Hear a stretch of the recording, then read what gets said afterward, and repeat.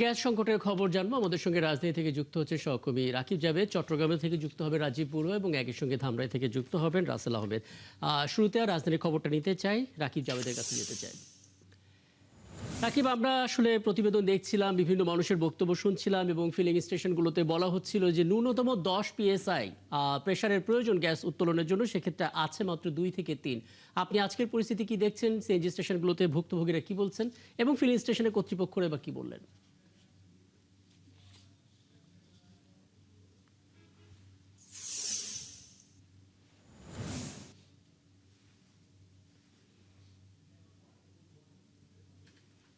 খুবই ভয়াবহ, অর্থাৎ কেউ 8 ঘন্টা, কেউ 10 ঘন্টা পর্যন্ত কিন্তু বসেছিলেন, তারপরেও কিন্তু তারা গ্যাসের পাচ্ছিলেন না। এটার মূল কারণ হিসেবে তারা বলছেন যে তাদেরকে গ্যাস স্টেশন থেকে জানানো হচ্ছে পর্যাপ্ত পরিমাণে প্রেশার অর্থাৎ চাপ না থাকার কারণে তাদেরকে সঠিকভাবে কিন্তু গ্যাস সরবরাহ করা যাচ্ছে না।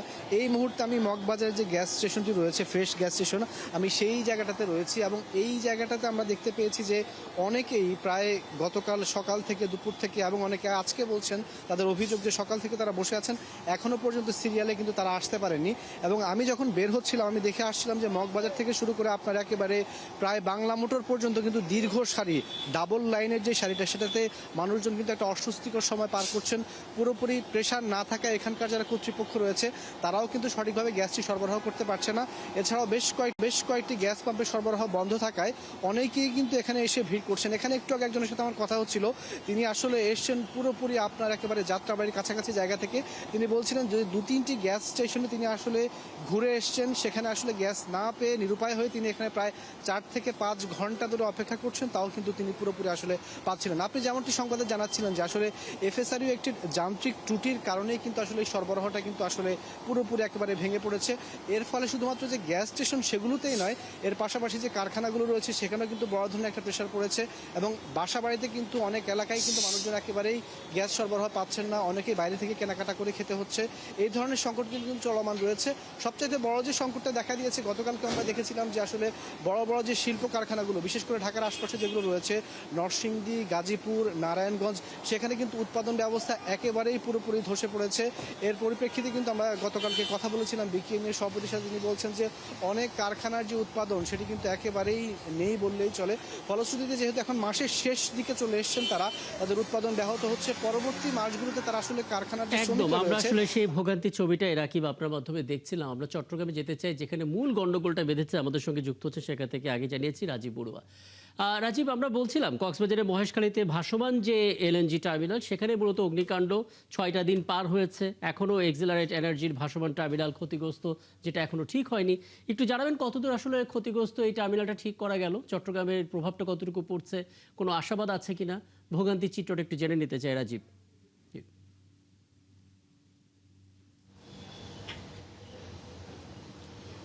রাকিব, চট্টগ্রামের দৈনিক চাহিদা হচ্ছে 400 মিলিয়ন ঘনফুট, কিন্তু দীর্ঘদিন ধরে চট্টগ্রামে আসলে 250 থেকে 270 মিলিয়ন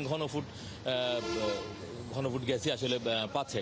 কিন্তু এই দীর্ঘদিন ধরে এই যে সংকট কিন্তু চট্টগ্রামে রয়ে গেছে এবং এই কারণে চট্টগ্রামে আসলে রেশনিং সিস্টেমে আসলে এটা চলছিল এবং ইতিমধ্যে যেহেতু মার্কিন এনার্জি রেগুলেটর এনার্জি যে ভাসমান টার্মিনাল, সেখানে অগ্নিকাণ্ডের ফলে যেহেতু ক্ষতিগ্রস্ত হয়েছে, তো ফলে এখানে আমরা দেখছি যে জাতীয় গ্রিডে প্রায় 450 মিলিয়ন ঘনফুট গ্যাস কিন্তু আসলে তারা দিতে পারছে না এবং এর প্রভাব কিন্তু চট্টগ্রামে যদিও পড়েছে কিন্তু অতটা তীব্রভাবে পড়েনি, যেহেতু এখানে চট্টগ্রামে 2টি সার কারখানা রয়েছে, বিদ্যুৎ কেন্দ্র রয়েছে এবং ওইসব সার কারখানা বিদ্যুৎ কেন্দ্রগুলো একটি বন্ধ রয়েছে এবং বাকিগুলোতে আসলে রেশনিং করে দেওয়ার কারণে এখানে চট্টগ্রামে যে বিশেষ করে বাড়িঘর এবং বিভিন্ন যে স্টেশনগুলো রয়েছে, সিএনজি গ্যাস স্টেশন, এখানে কিন্তু আসলে অতটা চাপ পড়েনি। আমরা এখানে দেখছি যে সকাল থেকে মোটামুটি সবাই এসে পাচ্ছেন এবং চাপও কিন্তু আসলে ভালো রয়েছে এবং এখানকার যারা পেট্রোল স্টেশন ম্যানেজার তারা বলছেন যে তাদের যে চাহিদা, নিয়মিত যে চাহিদা, সেই চাহিদা অনুযায়ী তারা কিন্তু গ্যাস সরবরাহ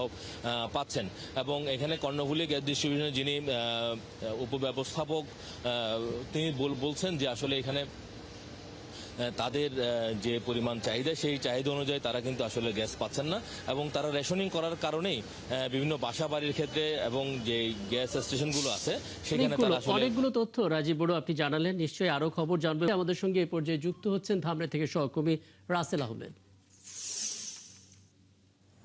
রাসেল, আমরা রাজধানী এবং চট্টগ্রামের খবর নিয়েছি এবং সেখানে আসলে তীব্র গ্যাস সংকটের ছবি আমরা দেখেছি। যেখানে 10 PSI চাপের প্রয়োজন সেখানে 2 বা 3ও পাওয়া যাচ্ছে না। আপনি যেখানে আছেন ধামরায়, সেখানে নাগরিক দুর্ভোগ কেমন দেখছেন, ফিলিং স্টেশনের চিত্র কেমন, এবং এখন পর্যন্ত কোনো বিকল্প সমাধানের দিকে যেতে পারছে কিনা প্রশাসন?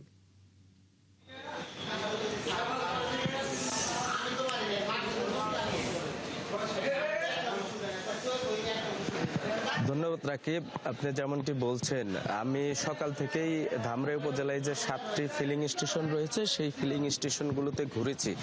7টির মধ্যে 5টি কিন্তু বন্ধ রয়েছে। শুধু পৌর শহরের যে 2টি ফিলিং স্টেশন রয়েছেন সেটিতে কিছু কিছু গ্যাস সরবরাহ করছেন, তারপরেও চাহিদার তুলনায় খুবই কম। আমরা দেখতে পেয়েছি যাত্রী পরিবহনের পাশাপাশি যে সিএনজি গুলো আছে তারা দীর্ঘ সারিতে দীর্ঘ সময় বসে রয়েছে, যে কারণে এর প্রভাব কিন্তু রাস্তাতেও পড়েছে। যে লোকাল যে গাড়িগুলো রয়েছে সেগুলো কিন্তু রাস্তায় চলতে না পারে, যাত্রীরাও কিন্তু দুর্ভোগে পড়েছে। আমি যদি একটু কথা বলি পাম্প কর্তৃপক্ষের সাথে, যে আপনারা এই গ্যাসের সমস্যা কতদিন যাবত ফেস করছেন, আর এটা কি সমাধানের জন্য কোনো কথা বলেছেন কিনা? হ্যাঁ, ধন্যবাদ। প্রথমে ৭১ টিভিকে ধন্যবাদ যে এই ধরনের ক্রাইসিস মুভমেন্টে আপনারা আমাদের সাথে আছেন। আপনাদের অবগতির জন্য জানাচ্ছি যে ঢাকা রিচা রোডে নবীনগরের পর থেকেই এই গ্যাস ক্রাইসিসটা বা প্রেশারটা অনেক দিন আগে থেকেই কম থাকে, তবে আমরা এটা চালাতে পারছি। বাট কিছুদিন যাবৎ যে গ্যাসের যে স্বল্প চাপ, যার দরুনে আমাদের দিন রাতের বেশিরভাগ সময় আমাদের সিএনজি বন্ধ রাখতে হয়। বন্ধ রাখার কারণে হচ্ছে গ্রাহকদের যে চাহিদা, সেই চাহিদা মোতাবেক আমরা গ্যাস সাপ্লাই করতে পারতেছি না, যে কারণে হিউজ ক্রাউড সৃষ্টি হয়, রাস্তায় যানজট ইত্যাদি সৃষ্টি হয়। তবে আমরা সরকারি সূত্রে জানতে পেরেছি যে রামপালস্থ যে এলএনজি যে মেইন গ্রিড সেখানে রক্ষণাবেক্ষণের কাজ চলতেছে এবং এটা নাকি এই কাজ আরো 4-5 দিন চলবে। তো আমরা যথাযথ কর্তৃপক্ষের নিকট এই আবেদন করছি আপনাদের মাধ্যমে যে হয় এটা ভালোভাবে চালান, আর না হলে এটার একটা ভালো একটা সলিউশন করেন। এভাবে মালিক পক্ষ এবং গ্রাহকরা উভয় যথেষ্ট হয়রানির শিকার হয়েছে।